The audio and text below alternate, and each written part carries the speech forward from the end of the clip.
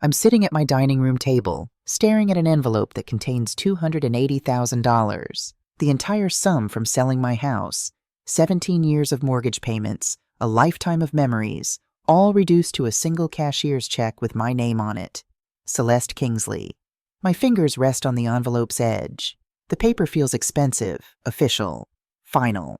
Through the window, I can see the sold sign still planted in my front yard, swaying slightly in the October breeze. This house watched my children grow up. It watched me grow old. And now, in 3 days, the keys go to a young couple who'll probably tear out my kitchen and paint over the walls where I marked Theodore and Grace's heights every birthday. But that's not what has my stomach in knots right now. It's the 2 people who just pulled into my driveway. 40 minutes late, as usual. Theodore's black Audi, the one with the monthly payment that costs more than my grocery budget, parks at an angle, taking up too much space. He steps out first, all 6 feet of him in a tailored suit that probably cost what I used to make in a month of nursing. At 42, my son has his father's strong jawline, but none of Robert's warmth in his eyes. Then Marissa emerges from the passenger side. Even from here, I can see the designer label on her handbag. Her dress is that particular shade of green that whispers money, not the kind you earn, but the kind you expect. She's 38, but could pass for 30, thanks to what she casually calls just good skincare, but what Grace insists are regular Botox appointments. They're talking as they walk up my path. Marissa gestures with her perfectly manicured hands, coral polish today, and Theodore nods along like one of those bobblehead dolls. He's agreeing with her before they even get through my door. That should have been my first warning. I smooth down my blouse, Walmart, 3 years old but clean, and stand to greet them. "Mom!" Theodore's smile doesn't quite reach his eyes as he kisses my cheek. "Sorry we're late. Traffic on the 405 was a nightmare." It's Sunday, at 2 in the afternoon. There's never traffic.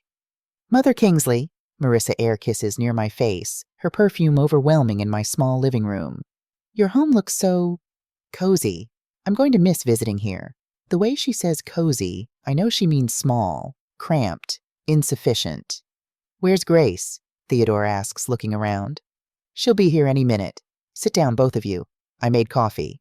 As I pour, Maxwell House, nothing fancy, I watch them settle at my dining room table, the same table where we ate countless dinners, where I helped Theodore with his engineering homework, where Grace and I laughed over inside jokes that only mothers and daughters share, where in less than 5 minutes, my entire world will shatter. Let me take you back.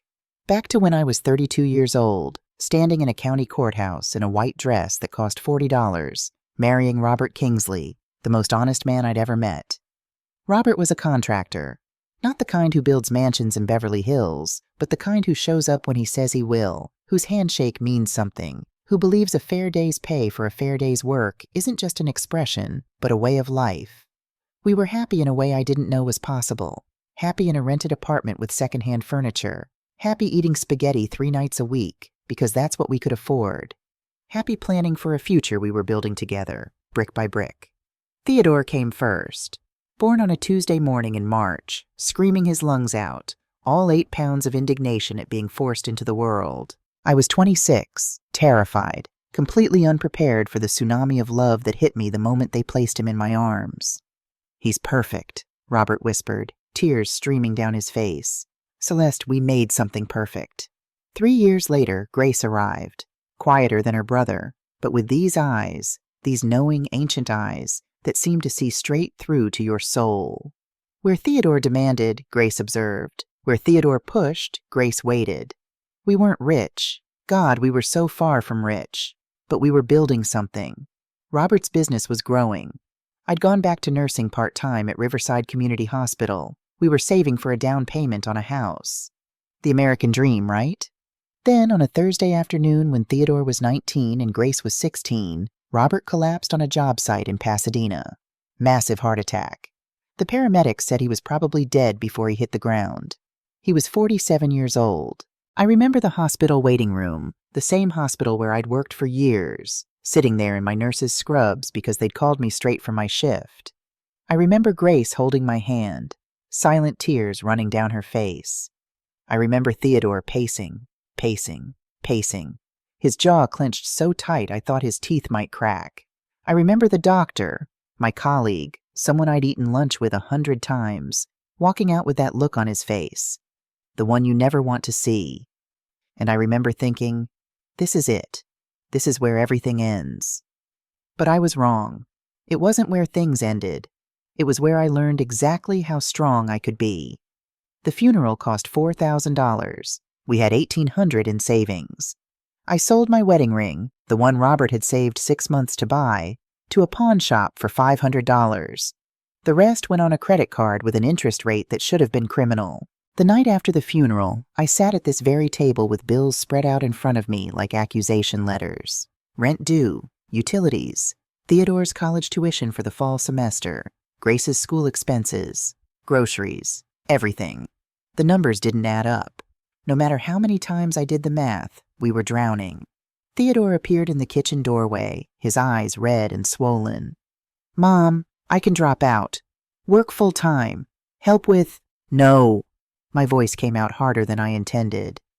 "Your father wanted you to get that engineering degree. You're getting it. But no buts, Theodore. I'll figure it out." And I did. The way women like me always do. We just handled it. I took every extra shift the hospital would give me. Days, nights, weekends. I worked so many hours that I started keeping a spare uniform in my car because sometimes I'd go straight from one shift to another without going home. Grace learned to cook.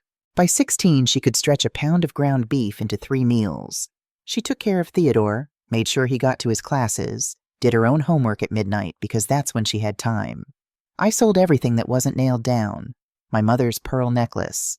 Robert's tools. I cried over those for a week. The nice camera he'd bought me for our 5th anniversary. I ate once a day, maybe.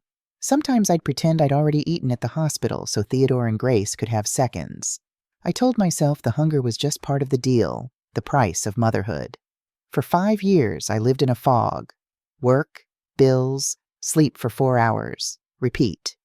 Then, when I was 50, a miracle happened. My father's sister, Aunt Martha, who I'd only met twice, passed away in Arizona. Her lawyer called to tell me she'd left me $30,000. I sat on my kitchen floor and sobbed for an hour. $30,000. Not a fortune, not life-changing money for most people. But for me, it was the difference between drowning and breathing. It was enough for a down payment on a small house on the outskirts of Riverside. 2 bedrooms, 1 bathroom, a kitchen the size of a closet, and a yard you could cross in 10 steps. But it was mine. Completely, totally mine. I spent the next 17 years paying off that mortgage. Not a single late payment. Not one. Even when my car broke down and I had to choose between the repair and the mortgage. Even when I got pneumonia and missed 2 weeks of work. Even when every bone in my body screamed for rest. I paid it off 2 years before I retired. The day I made that final payment, I sat in the bank parking lot and cried again. But this time, they were different tears. This house watched Theodore graduate summa cum laude from Cal Poly. It watched him get hired by Morrison Engineering with a salary that made my eyes water. It watched Grace get her accounting degree and open her own small practice. This house watched me keep my promise. My children were professionals. They had futures. They had more than I ever did. I had done it. Against all odds, I had done it. Grace arrives 10 minutes after Theodore and Marissa, slightly out of breath. "Sorry, Mom. Client called with a tax emergency." She hugs me tight, and I feel her whisper against my ear. "You okay?" I nod, but my daughter knows me too well. She sees the tension in my shoulders. Theodore barely looks up from his phone. "Hey, sis." "Theodore, Marissa." Grace's voice is cooler than usual. She's never liked Marissa, though she's too polite to say it outright. We all sit down at the table. The envelope sits in the center like a grenade with the pin pulled. The silence stretches. Marissa examines her nails. Theodore checks his phone. Grace watches me with worried eyes. I take a breath and begin. "Thank you both for coming. I wanted to talk about the money from the house sale." I place my hand on the envelope. $280,000. This represents, well, it represents my whole life, really. Theodore's phone goes face down on the table. Now I have his attention. "I've thought a lot about this, and I want to be fair to everyone." I look at each of them in turn. "I'm proposing that I keep $140,000 for my retirement, for medical expenses, for rent on an apartment, for security in my old age. The other $140,000 I'll split between you two. $70,000 each. I pause, waiting for acknowledgement, for gratitude, for understanding. What I get instead makes my blood run cold. Theodore's face flushes red. His hands resting on the table curl into fists. Marissa's perfectly painted smile freezes, then cracks like ice over a winter pond. 140,000? Theodore's voice is low, controlled. For you? Theodore, I'm 67 years old. What do you need it for? He leans forward and there's something in his eyes I've never seen before. Something hard. You get Social Security, $800 a month. That's plenty for rent and groceries. Theodore! Grace's voice sharp. Are you seriously? I'm being realistic, Grace. He doesn't take his eyes off me. Mom doesn't need that much. She's always been fine with less. Haven't you, Mom? You've always managed. The words hit me like a slap. Marissa places her hand on Theodore's arm, not a calming gesture, but one of support, of solidarity. Mother Kingsley, her voice has lost its sugary coating, revealing something metallic underneath. Theodore promised me. When we got married 5 years ago, he promised me we'd have our own home. A real home, not that cramped apartment we're in now. She's leaning forward now, earnest, desperate. I gave up my career for him. I could have made partner at my marketing firm, but I quit to support Theodore's career. We have sacrifices too, you know. I feel like I'm in a dream, a nightmare. I'm not saying you haven't made sacrifices, Marissa. I'm just saying, we found a condo. Theodore cuts me off. His voice is rising now. On Central Avenue, beautiful building. Pool, gym, parking for 2 cars. It's $150,000. My stomach drops. With your half and a little more, he continues, his words coming faster. We could buy it. Finally have something of our own. Finally start our lives properly. Start your lives? Grace's voice trembles with fury. Theodore, you're 42 years old. You have a job, a car, everything you need. Mom has nothing but this money. She has Social Security. Theodore slams his hand on the table, making the envelope jump. She has guaranteed income every single month. We don't have that security. My job could end tomorrow. We need this, Grace. We need it more than she does. I stare at my son, my firstborn, the baby I held through countless nights, the boy I sacrificed everything for, and I don't recognize him. Theodore, my voice shakes, but I force it steady. I'm not giving you my share of the money. $70,000 is generous. More than generous. It's more than I ever had at your age. Maybe that's the problem. Theodore explodes, standing up so fast his chair nearly tips backward. Maybe you're so used to having nothing that you can't understand what it means to want more, to deserve more. Theodore! Grace is on her feet too, but I can't move. I'm frozen, watching this stranger wearing my son's face. He's breathing hard, his face purple with rage. And then he does something I never thought possible. He reaches across the table and snatches the envelope from under my hands. The motion is so violent, so sudden, that my knuckles scrape against the wood. I feel skin tear, see a smear of blood on the table. No! Theodore shouts, clutching the envelope to his chest like a drowning man grabbing a life preserver. I promised my wife I'd buy her a condo a long time ago. I promised her, Mom! Don't you understand that a promise is a promise? His face is distorted, by rage, by frustration, by something I don't recognize in my child. You have Social Security. You'll manage. You always manage. Grace lunges for him, tries to grab the envelope back, but Theodore shoves her, hard.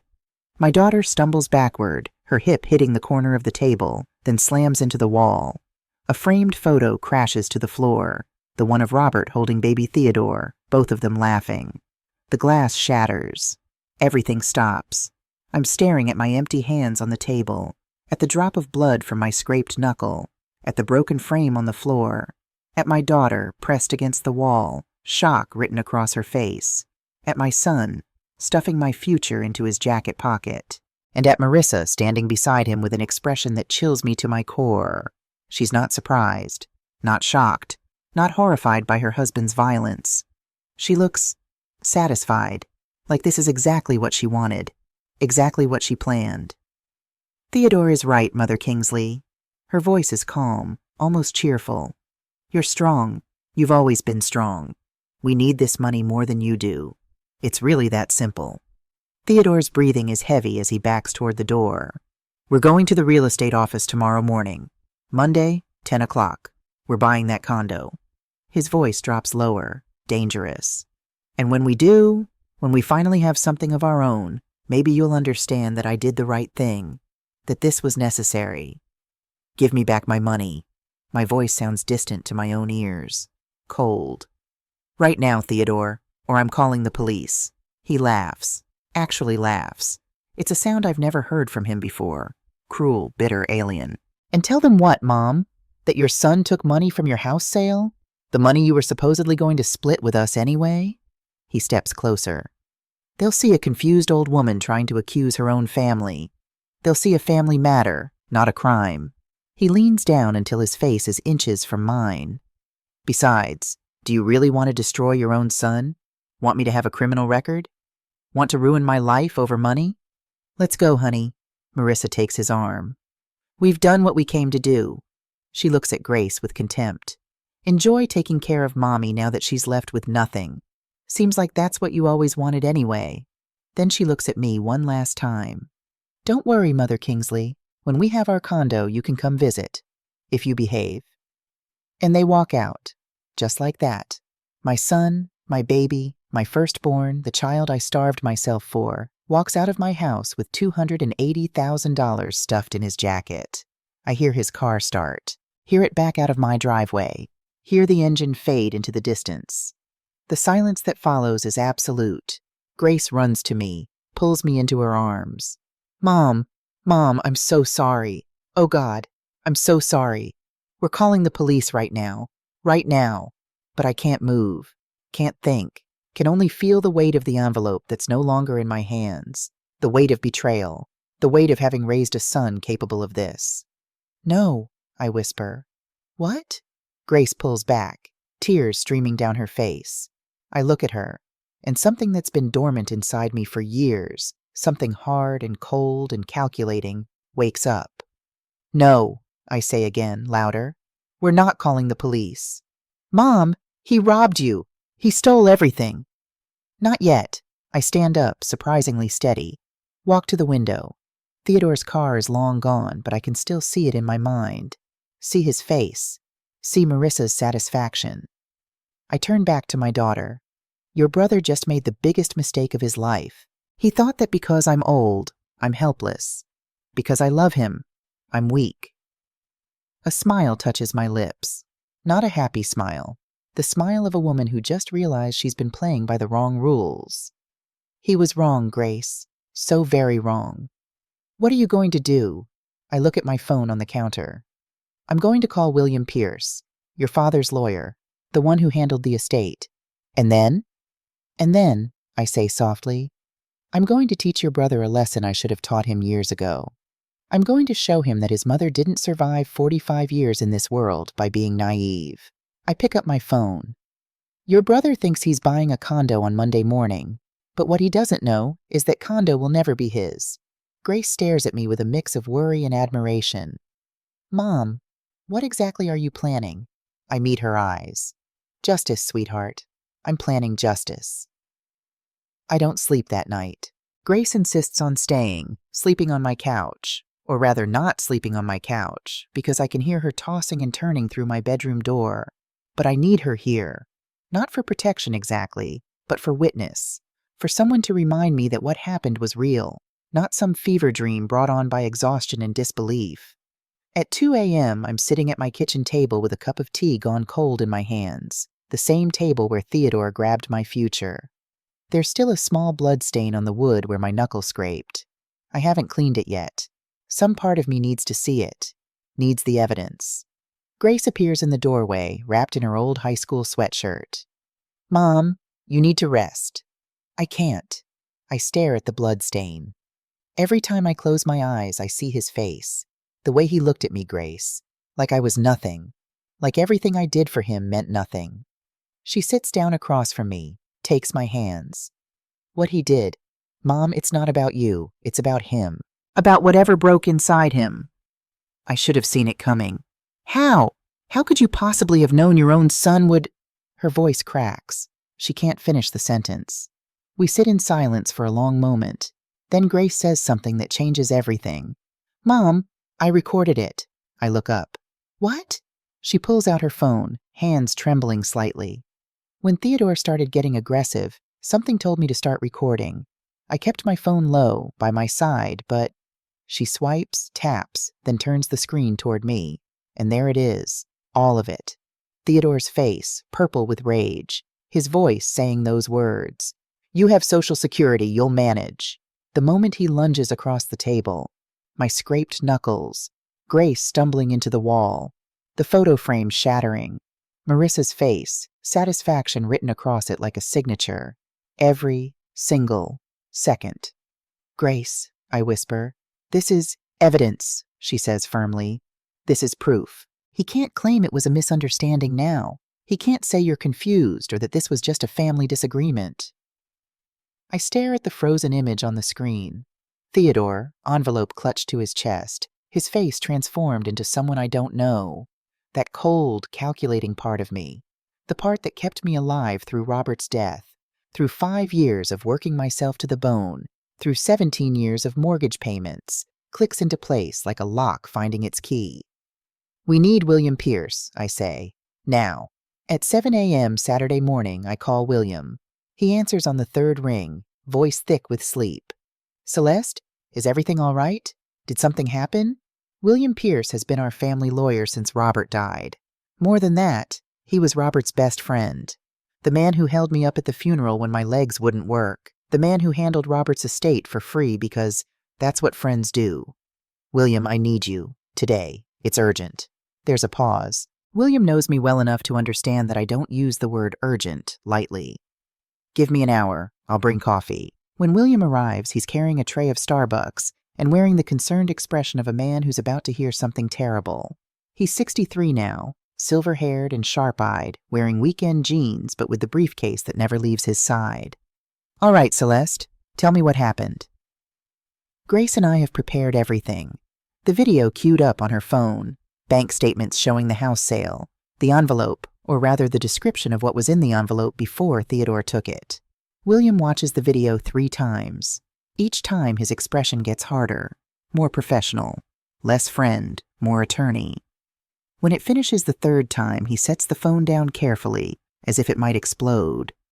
"This is robbery," he says flatly, "theft by force, and elder abuse, financial abuse of a senior citizen." He looks at me directly. "You can press criminal charges. With this video, he'd be arrested, prosecuted, and likely convicted. He could go to prison for 3 to 5 years. The words hang in the air like smoke. Prison, my son, Theodore. "Is that what you want?" William asks gently.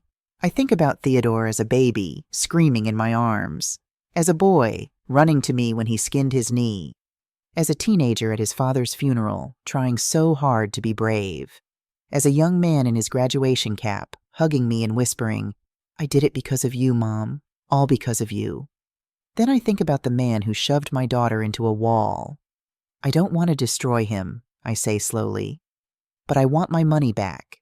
And I want him to learn that actions have consequences." I look at William. "Can we do that without sending him to prison?" William nods, already thinking. I can see the wheels turning behind his eyes. "We can, but we need to move fast." "You said he's planning to go to the real estate office Monday morning?" 10 a.m. to buy a condo on Central Avenue. "Good. Then we have the weekend." He opens his laptop. "Here's what we're going to do." The next several hours are a blur of phone calls, documents, and strategy. William explains the plan step by step. First, we file a police report, not necessarily to prosecute, at least not yet, but to create an official record. This will flag any large transactions Theodore tries to make with that money. Second, I'll get an emergency asset protection order from the on-call judge. With this video as evidence and your testimony, Judge Moreno will sign it. She's tough on elder abuse cases. Third, I call your bank. Riverside Federal, right? I nod. I'll inform them the check was stolen. Any attempt to deposit it gets blocked and reported immediately. I'll also request a temporary freeze on your account for security. And fourth, William's expression is grim. We'll be at that real estate office Monday morning when Theodore tries to make his purchase. Waiting for him. Grace leans forward. What happens then? Then your brother gets a choice. Return the money immediately, and Celeste decides whether to proceed with criminal charges, or refuse, and Officer Bennett, he's already dialing, will arrest him on the spot. I watch William work. He's a force of nature when he's focused. Calls to the police station, calls to Judge Patricia Moreno's clerk, calls to the bank manager who he apparently plays golf with. Grace makes her own call to the real estate office, pretending to be a buyer interested in the same property. She confirms the appointment. Monday, 10 a.m., Theodore and Marissa Kingsley. Perfect, William says when she reports back. Everything's lining up.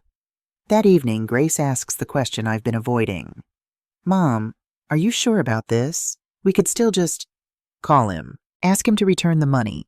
Maybe if you appeal to him one more time. I already tried appealing to him, honey. My voice is quiet but firm.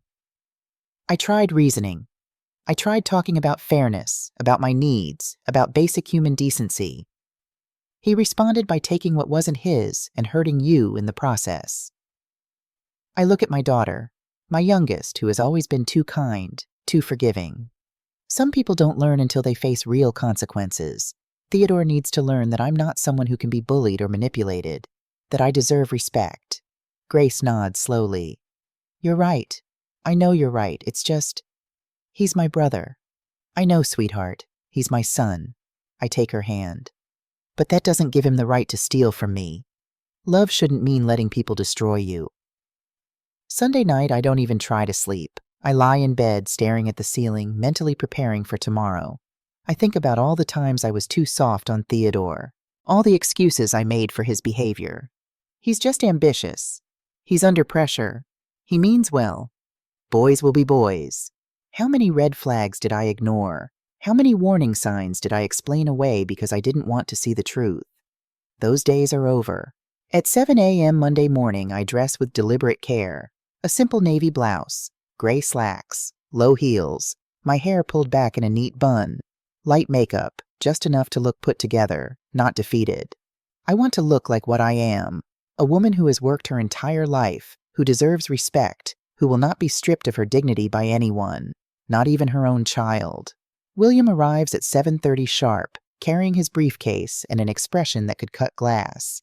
He's in full attorney mode now, suit tie, game face on. Ready? He asks. I nod. Let's go get my money back. The Riverside Police Station at 8 a.m. on a Monday morning is surprisingly busy. William guides us to the front desk, where a tired-looking officer named Daniel Torres listens to our story. I need to see this video, he says. Grace hands over her phone. Officer Torres watches it once, his jaw tightening with each passing second. When Theodore shoves Grace, Torres actually flinches. Jesus, he mutters. Then louder. Ma'am, I'm very sorry you're experiencing this. No one deserves to be treated like this, especially by their own family. He rewinds it, watches certain parts again. Theodore's face when he grabs the envelope. His words. You have Social Security. You'll manage. This is clear-cut robbery with force, Torres says, looking at William. Elder financial abuse. Assault on the sister. He starts typing into his computer. I'm filing this report immediately, and I'm assigning Officer Sarah Bennett to accompany you to the real estate office. Is that necessary? I ask, feeling a flutter of fear. Not fear of Theodore exactly, but fear of what this means. How far we've come. How there's no going back from this moment. Officer Torres looks at me with eyes that have seen too much. Mrs. Kingsley, your son committed a violent act against you. We have it on video. We don't know how he'll react when he realizes his plan has been blocked. He glances at William. Better safe than sorry. At 9 a.m., we're in Judge Patricia Moreno's chambers. She's a stern woman in her mid-50s, reviewing our documents with the precision of a surgeon. She watches the video without expression. When it ends, she signs the asset protection order without hesitation. Mrs. Kingsley, she says, looking at me directly. I've seen too many cases like this.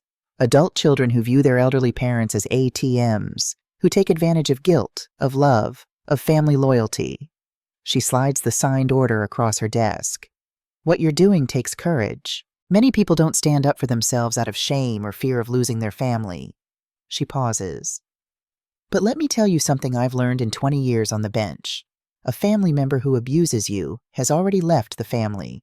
What you're doing now is simply making it official and protecting yourself. That's not cruelty. That's survival.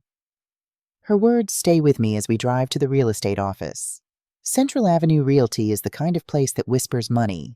Floor-to-ceiling windows, sleek modern furniture, young agents in expensive suits speaking in hushed, important voices. We arrive at 9:45, 15 minutes early. William goes in first, approaching the receptionist, a blonde woman in her 20s who looks like she sells million-dollar homes to tech executives. I watch through the window as William shows his identification, then slides documents across her desk. Her eyes widen. She picks up her phone, speaks urgently into it. A man in a gray suit appears quickly. The manager, I assume. There's a hushed conversation. More document reviewing. The manager looks out toward where I'm standing with Grace and Officer Bennett, his face going pale. They usher us into a private conference room in the back of the office. Sleek glass table, leather chairs. Everything designed to make you feel like you're making a smart, sophisticated decision. The manager introduces himself as Victor Sterling. He's maybe 50, with a receding hairline and hands that won't stop fidgeting. "Mrs. Kingsley," he begins, voice carefully professional. "I understand there's a legal issue with the funds that Mr. Theodore Kingsley plans to use for his purchase this morning." "That's correct," William answers before I can speak. He slides more documents across the table. "Those funds were obtained through robbery. There is an active police report and a court order blocking any transaction." William leans forward. "If this sale proceeds, Mr. Sterling, your agency could be considered an accomplice to money laundering. I assume you'd like to avoid that." Victor goes from pale to white. "Of course. Absolutely. We will not proceed with the sale." He checks his watch with trembling fingers. "Mr. Kingsley should be here in approximately 10 minutes. I'll inform him there's been a problem with the financing." Those are the longest 10 minutes of my life. We wait in that conference room, watching the clock on the wall tick by. Grace holds my hand so tightly it almost hurts. William reviews his documents for the 100th time. Officer Bennett stands by the door, alert and professional. And then, through the glass walls, I see him. Theodore walks into Central Avenue Realty at exactly 10 a.m. He's wearing his best suit, the Armani one that cost $2,000. Marissa is beside him in a pink dress and heels that probably cost more than my monthly Social Security check. They're both smiling, confident, certain they've won. Theodore carries a briefcase. My future is inside that briefcase. The receptionist says something to them, gesturing toward Victor's office. I see Theodore's smile falter slightly when he notices the police cruiser parked outside. Marissa leans in, whispers something in his ear. But it's too late to run. Too late to back out. Victor meets them in the lobby, leads them to his office, the one right next to where we're waiting. The walls are glass, supposedly soundproof, but I can hear muffled voices. "A problem with the financing," Victor is saying. "What problem?" Theodore's voice, confused, irritated. "I have the money right here, cash equivalent, the cashier's check." "That's precisely the problem, Mr. Kingsley." Victor's voice is strained. "That check is linked to an active police investigation. I cannot legally accept it as payment." Silence. Then Theodore's voice again, louder now. "What are you talking about? What investigation? This is money from my mother's house sale. She agreed to give it to me. It's completely legitimate." William stands up. "It's time. My heart is pounding so hard I can feel it in my throat." Grace squeezes my hand one more time, then lets go. William opens our door and strides across the hallway. Knocks once on Victor's office door. Doesn't wait for permission. Just walks in. Grace and I follow. Officer Bennett stays in the doorway, a silent reminder that this is now a legal matter. You should have seen Theodore's face when I walked in. First, confusion, like his brain can't quite process what he's seeing. Then understanding, his eyes widening as the pieces click together. Then panic, raw and desperate, spreading across his features like ink in water. "Mom?" His voice goes up an octave. "What are you doing here? What is all this?" Marissa has frozen in her chair, staring at me like I'm a ghost. I step forward, surprised by how steady my voice sounds. "I'm taking back what's mine, Theodore. What you did Friday was robbery. And I'm not going to let you use my money I earned with years of sacrifice, to buy anything." Theodore stands so fast his chair rolls backward and hits the wall. A crime? Mom, I'm your son. This was a family disagreement. He looks wildly at Victor, at William, at Officer Bennett, searching for support. She's confused. She's elderly. Sometimes she gets confused. This is just a misunderstanding. I'm not confused. My voice is ice. And I have video evidence showing exactly what you did. It shows you snatching that envelope from my hands. It shows you shoving your sister against the wall. It shows every single word you said. I step closer, looking directly into his eyes. You said I'd manage, that I have Social Security, that you needed the money more than I did. Remember, Theodore? I watch the realization hit him. The moment he understands he was recorded, the panic becomes real fear. I didn't. Mom, I can explain. His words tumble out. I was upset. Marissa and we were under so much pressure. I wasn't thinking clearly. I didn't mean. You had 72 hours to think clearly, I interrupt. 72 hours to call me, to apologize, to return what you stole. You didn't. Instead, you scheduled this appointment to buy a condo with money you took by force. Marissa finally finds her voice. This is absolutely ridiculous. She turns on that charm, that smile that's fooled so many people. Sir, she addresses Victor, clearly this is a complicated family situation. There's no need to involve lawyers or police. We can resolve this ourselves, like adults. William steps forward, his voice cutting through the room like a blade. Mrs. Kingsley, your husband committed robbery against a senior citizen. There is video evidence. There is a formal police complaint. There is a court order blocking those funds. He pauses. This stopped being a family matter the moment your husband decided to use physical force to take what didn't belong to him.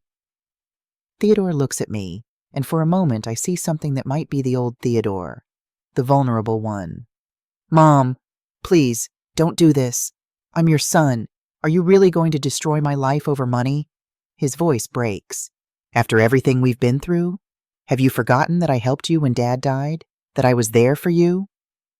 Something twists in my chest. That old maternal instinct, the one that wants to protect him from pain. But I push it down. You were 19 years old when your father died, Theodore. I was 45. My voice doesn't waver. I was the one who worked triple shifts. I was the one who sold my jewelry. I was the one who skipped meals so you and Grace could eat. Don't you dare rewrite history to make yourself the hero when you're the one standing here with stolen money. Officer Bennett steps forward. Mr. Kingsley, you have two options. You can return that check to your mother immediately, and she'll decide whether to press criminal charges. Or I can arrest you right now for aggravated robbery, and you can wait in a cell while this gets sorted out. The color drains from Theodore's face. Arrest? You can't. I'm not a criminal. I'm an engineer. I have a career. Do you know what an arrest would do to me? He turns desperately to Marissa. Tell them this is just a misunderstanding. And this is where everything shifts. Marissa doesn't step closer to her husband. She steps away from him, actually moves backward, creating distance, as if his proximity alone might contaminate her. I didn't know, she says, her voice rising, hysterical.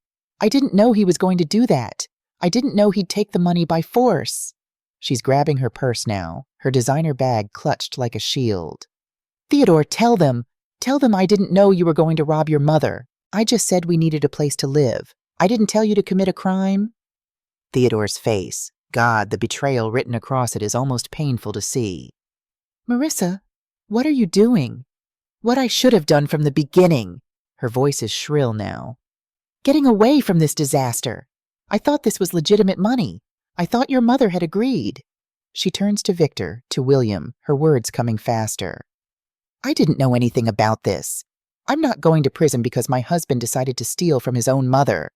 She looks at Theodore one last time. I want a divorce. My lawyer will contact you. And she walks out, just like that, high heels clicking on the marble floor. Doesn't look back, doesn't hesitate. The silence she leaves behind is absolute. Theodore stands there, staring at the door where his wife disappeared, the briefcase with my money still clutched in his hands. I watch him process it all, the realization spreading across his face like a stain. He's lost everything, the condo, his wife, his dignity, his future, all in the span of 5 minutes. "Theodore," I say softly, "give me back the check."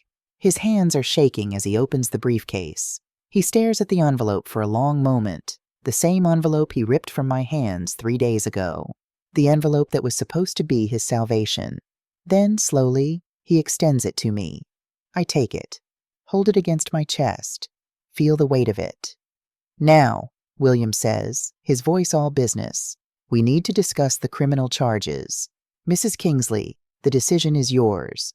You can proceed with prosecution, which means Theodore will face trial and possible prison time. Or you can drop the charges with certain conditions." I look at my son, really look at him, see the man he's become, selfish, manipulative, willing to hurt his own mother for money. But I also see the boy he was, the child who needed me, the person who existed before greed consumed him. "I'm not pressing charges," I say. Grace's head snaps toward me. "Mom, but I have conditions." I keep my eyes on Theodore. "First, you're going to sign a legal document acknowledging what you did and waiving any claim to my money, now or in the future. Second, you're going to therapy. Not for me, for you. Because you clearly need help understanding what you've become. Third, no contact for 1 year. Not a call, not a text, not a visit, nothing. Fourth, after that year, if you've truly worked on yourself, if you've truly changed, we can try to rebuild something. But it will never be what it was. That trust is broken, Theodore. I don't know if it can ever be repaired." My voice hardens. "And fifth, if you ever try anything like this again, with me or with Grace, I will file those criminal charges immediately. Do you understand?"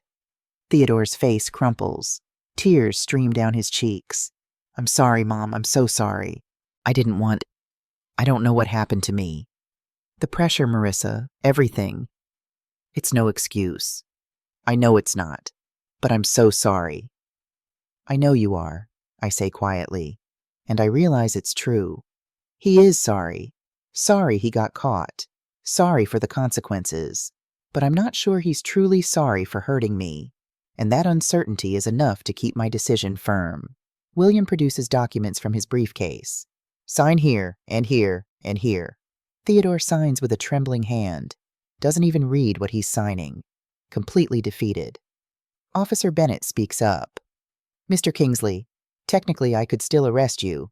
You did commit a crime, but I'm going to respect your mother's decision." She pauses. "However, this will be on record. If there's ever another incident, this will be taken into consideration." Theodore just nods. No words left.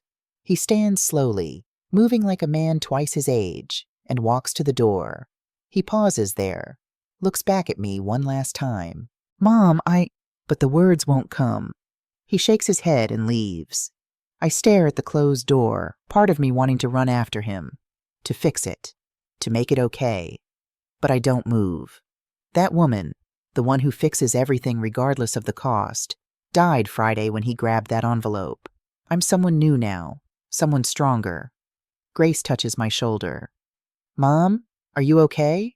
I look at the envelope in my hands, my future, my security, my dignity. "I am now," I say. "Let's go home." That night I stay at Grace's apartment. She insists, and for once I don't argue.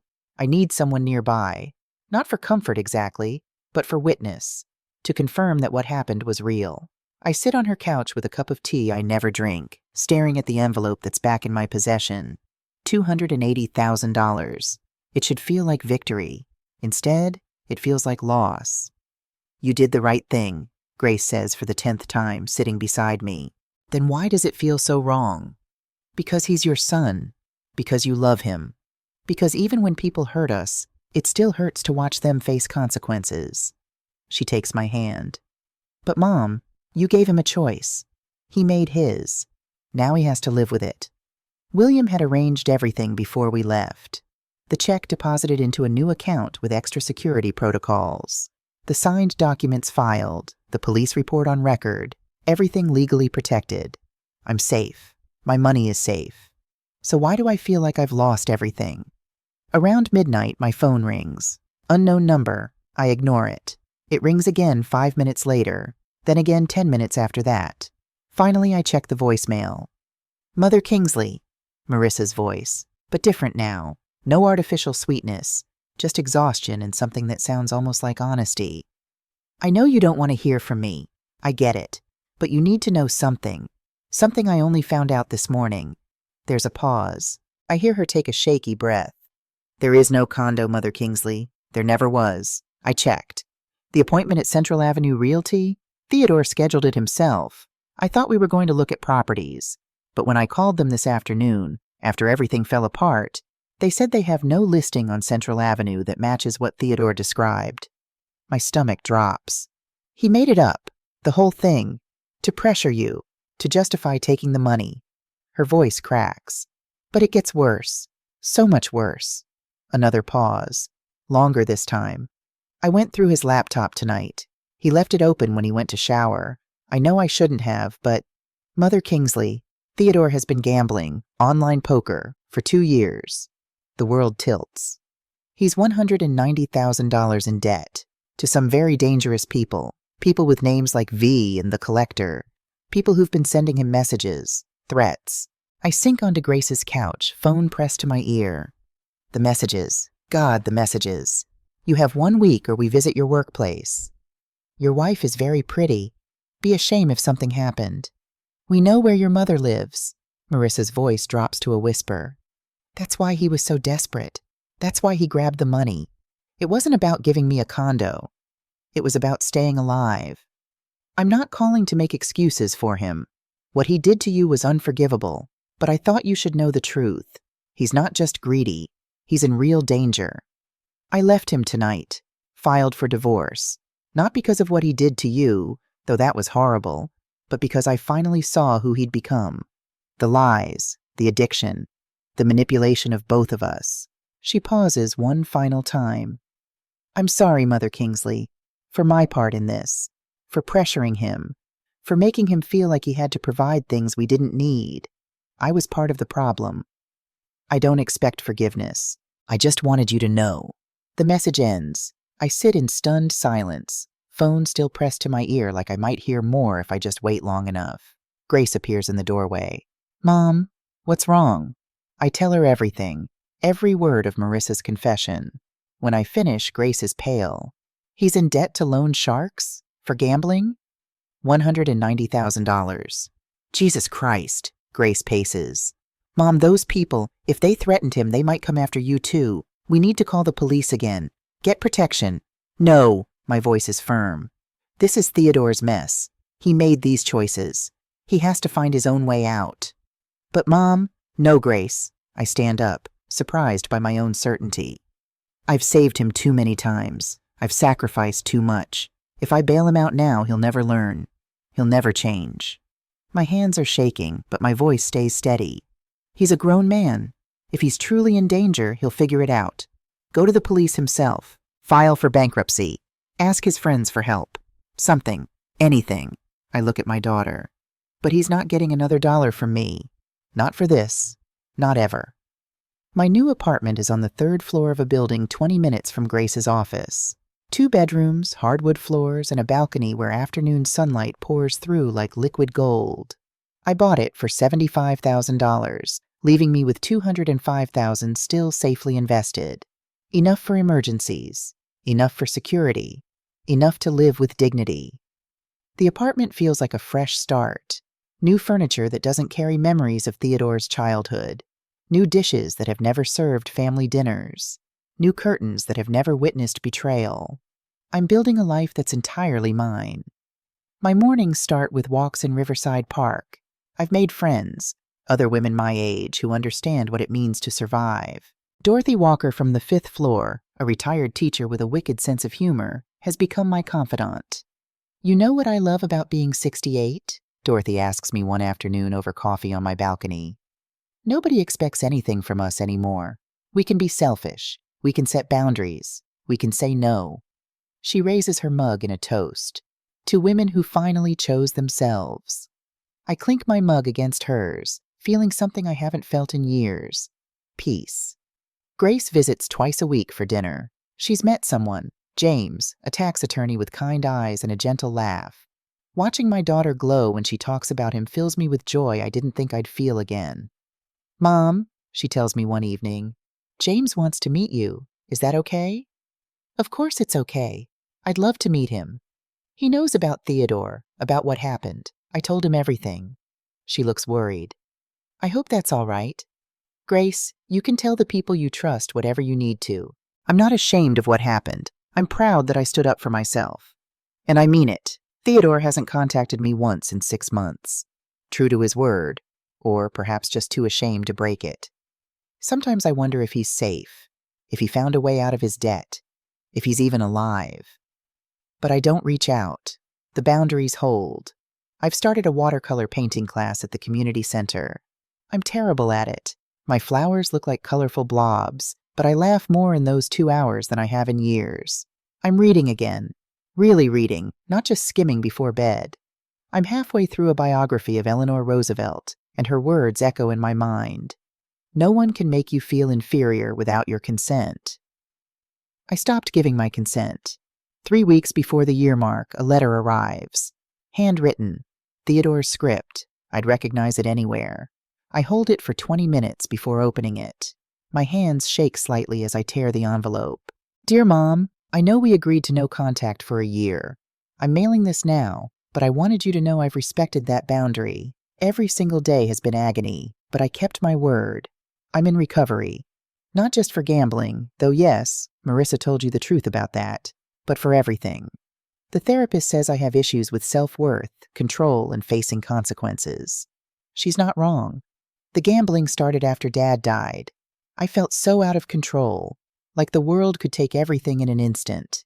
Gambling made me feel powerful, like I could beat the odds, control my fate. But of course I couldn't. The debt grew until I was drowning. When Marissa pressured me about the condo, when the loan sharks started threatening me, I panicked.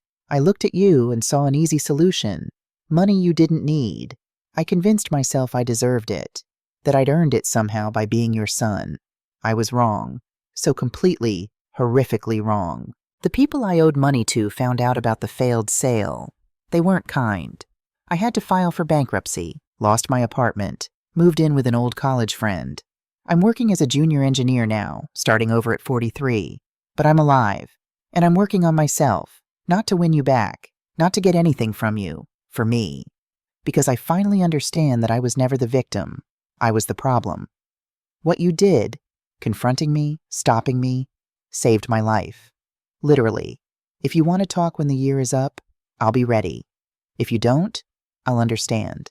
I love you, Mom. I'm sorry I forgot how to show it. Theodore. I read the letter 3 times, looking for manipulation, for excuses, for the old Theodore trying to work an angle. But I only find what seems like genuine pain and self-awareness. I don't respond.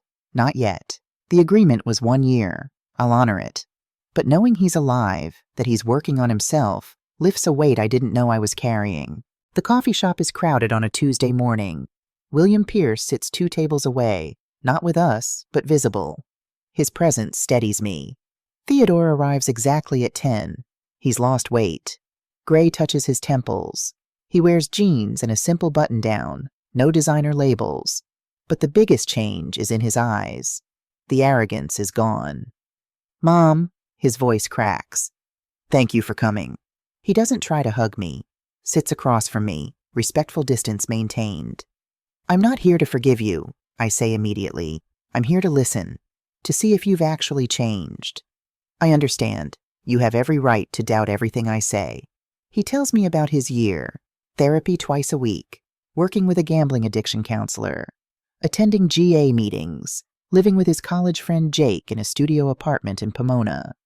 I'm an associate engineer now, entry level, making $40,000 a year, less than half what I used to make.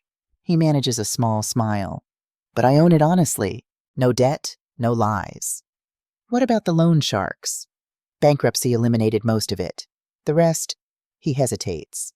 Jake helped me negotiate with them. We made payments until they backed off. I'll be paying him back for years, but he saved my life. We sit in silence for a moment. Then Theodore says something that surprises me. My therapist helped me understand something. I resented you. Resented me? For Dad dying. for having to work during college, for our poverty." His voice is thick with emotion. "I turned your sacrifice into a burden, made your needs into obstacles to my happiness. When Marissa validated that resentment, it was easier to believe her than face my own toxicity." He looks at me directly. "You didn't fail me, Mom. I failed you, and I'm so deeply sorry." "What do you want from me, Theodore?" "Nothing. I don't expect forgiveness. I don't expect us to go back to what we were. That's impossible. I just want you to know I'm working on being better. And if someday you want me in your life in some small way, I'll be grateful. If not, I'll respect that too." He pauses. "Your peace is more important than my redemption." I study my son, see both the man he is and the boy he was. I'm willing to try something small. Coffee once a month, no expectations. But Theodore, if I see you slipping back into old patterns, I'm done. No second chances. I understand. Thank you, Mom. I won't waste this. I hope not, because I'm okay now. I have my home, my friends, my peace. I will not sacrifice that for anyone, not even you. We stay for an hour, talk about safe things, his job, my painting class, Grace's engagement to James. When we say goodbye, Theodore offers his hand. Just a handshake. I take it briefly, a small gesture that means everything and nothing. 1 year after that first coffee meeting, I'm sitting on my balcony watching the sunset paint the city in shades of gold and purple. Theodore and I have had coffee monthly. Slow progress. He's kept his promises. Therapy, honest work, no gambling. The trust isn't back, but there's possibility. Grace married James in the spring. I helped plan the wedding. Seeing my daughter radiant in white, starting a life built on respect and honesty, felt like redemption. Dorothy visits most afternoons. We've started a book club with 3 other women from the building. We drink wine and argue about plot points and laugh until our sides hurt. I think about that day, the day Theodore snatched the envelope from my hands, the day I could have crumbled, could have let him win, could have sacrificed myself one more time. But I didn't. Theodore thought he could take my dignity along with my money. He was wrong. What he actually did was show me I was stronger than I ever believed, that I deserved respect, that self-love wasn't selfishness, but survival. He lost everything that day. I gained myself. Now, at 68 years old, I finally understand something fundamental. I don't need to be the perfect, endlessly sacrificing mother. I just need to be Celeste, a woman who worked her whole life, loved deeply, was betrayed terribly, and chose her own dignity above all else. My son may never fully redeem himself. My daughter is building her own happiness. And me? I'm finally, truly free.